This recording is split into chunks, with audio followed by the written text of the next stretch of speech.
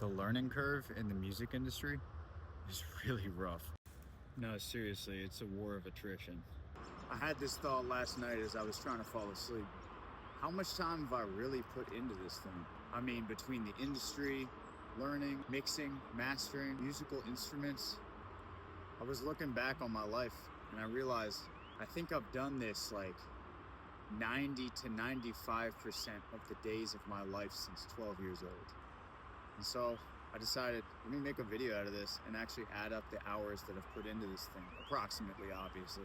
I also decided I will not be including the time that I worked in a music store. It was 2 years full-time job, right, and I learned a lot, but it wasn't the same as practicing and learning. Also, one minor small caveat that I gotta put out there.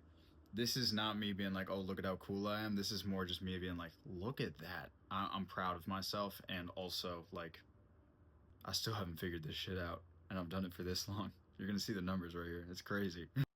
So at 12 years old, I started singing in the shower. I did that every single day, about an hour a day. So that's just times one. I did that for 3 years until I was 15, times three. All right, so 15 years old, I started playing guitar. I was a crappy guitar that I found. I honestly did that like 4 hours a day on average. And I did that for 365 days a year, every single day for like 3 years straight. So that comes out to that. Plus the singing in the shower and around my house randomly, right there.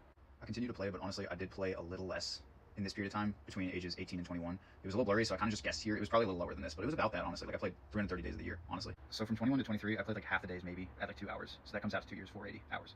So add those hours in those 2 years to my lifetime hours in music in general, and you get this number here.